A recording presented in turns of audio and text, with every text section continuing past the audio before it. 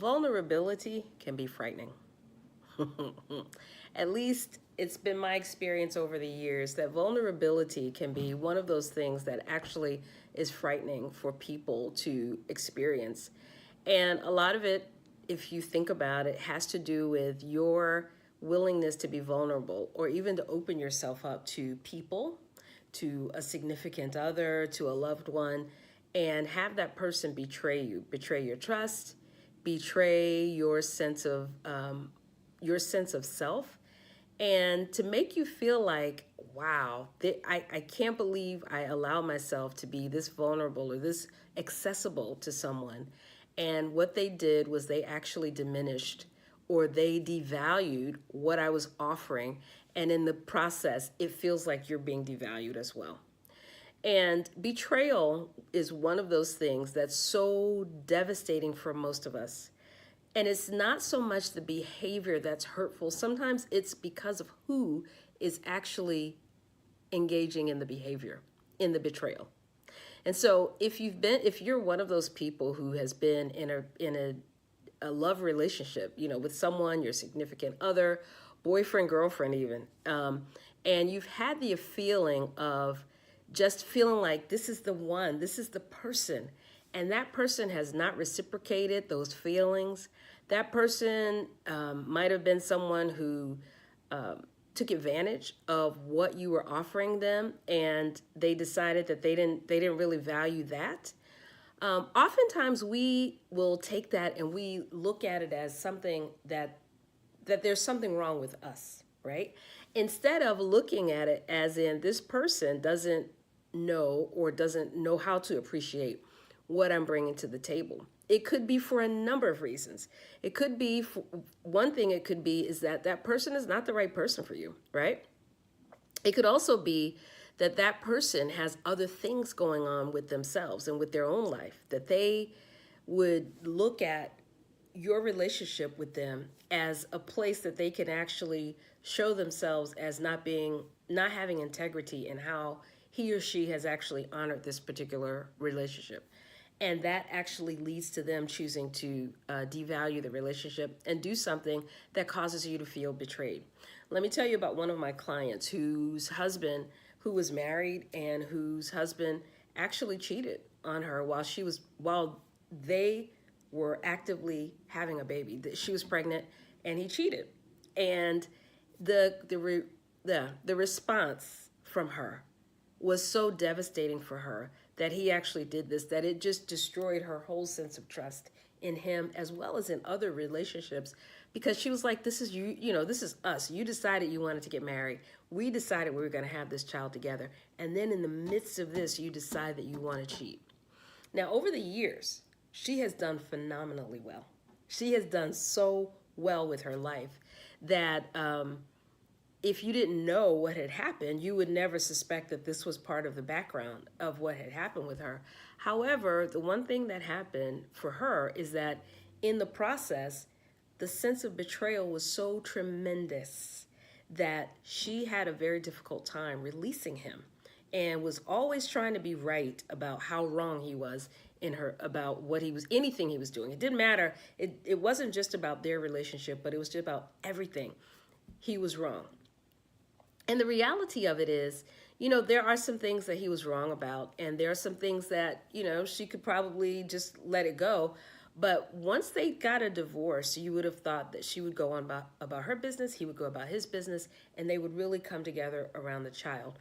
But what happened was she couldn't let it go. And every time they talked about something, she was always going back to him about how wrong he was, particularly for what had happened. What it means, honestly, is that she had never released the feelings of having been betrayed. And those feelings actually followed her until she made a decision that she was ready to move forward with her life, really move forward with her life without him. And that meant she didn't have to, badger him about what she thought he was right or wrong about. It meant that she didn't have to actually judge anything that he was doing. She just had to actually be able to let him go and to let the feelings go. And I can tell you that that is a difficult thing. It's an emotional weight to feel betrayed by someone that you love and someone that you're in or committed relationship with, and they choose to betray your trust. That's hard. It's hard. I get it. I do understand. But I also know that unless and until you, if you've been in that situation, unless and until you make a decision to let it go. And as the movie said, let it go, Mookie, let it go. Until you decide to do that, you're continually bound to that person. You're going to be connected to that person forever, trying to prove yourself right until you make a decision to let it go. And that's what I mean that's one of the examples I mean when I talk about releasing emotional weight. Because this is an example of a weight. And what it does and what it did in this particular situation is it caused continual discussion about this particular situation over and over and over and over again. And it wasn't until there was a decision that, you know what, I'm done. I'm done. I can let him go. Because I really want to move on with my life. That the decision was made, and then there had to be a moment where there was an adjustment, and there had to be work around releasing this particular person. So releasing the emotions, which also incorporated releasing the person. Now, what I can tell you is that the release is not always easy. It's not always something that we look forward to, but it's necessary if you really want to move forward with your life in a powerful way. And if you're one of those people who's ambitious, and I like to talk to ambitious people because I believe that whatever we have in our mind to do, we can accomplish it.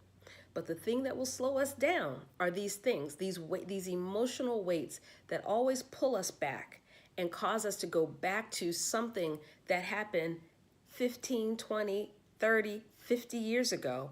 And it's the thing that won't let us go forward because we're constantly looking backwards in our past. And so when you decide you're ready to release emotional weight, sometimes you need to see what it is before you can release it. And so I want to actually tell you that it's possible to do, but it does take work. And I'm here. This is one of the reasons for Courageously Alive, because when I decided that I had to release the emotions, the anger, the disappointment, the bitterness that surrounded the loss of my daughter, because it wasn't just the fact that I lost her, it was also the behavior of people around me that I really expected to be there supporting me, and I didn't get it. I just didn't get it. And I was angry and I was hurt and I was severely disappointed. And I had to find a way to move beyond all of that so that I could actually live the life that I chose to live, that had nothing to do with the sense of betrayal, the disappointments, the hurt that I felt as a result of that experience. And if you decide you're ready, I mean, this is a new year. We're into this new year. And the reality is, this may be the year where you say, hey, I'm ready to do my thing. I don't know what the theme is for 2022. I know at churches, there's always a theme that it's a rhyming theme. And I don't know what that theme is for 2022 yet. But the thing about it is, if you have decided that this is your year, this might be the one thing that's preventing you from moving forward. It's the grudge. It's the animosity. It's the betrayal. It's the disappointment. Those are the things that will keep you held back. And if you want to talk about what it looks like to move beyond that, then I invite you to join me for the webinar that will talk about how these emotional weights will actually slow you down. But it will also tell you about how you can get beyond that to get to the other side of it. All right? Tanya Brewington, CEO and founder of Courageously Alive. I look forward to you participating. Look in the DM, look in the chat, and you can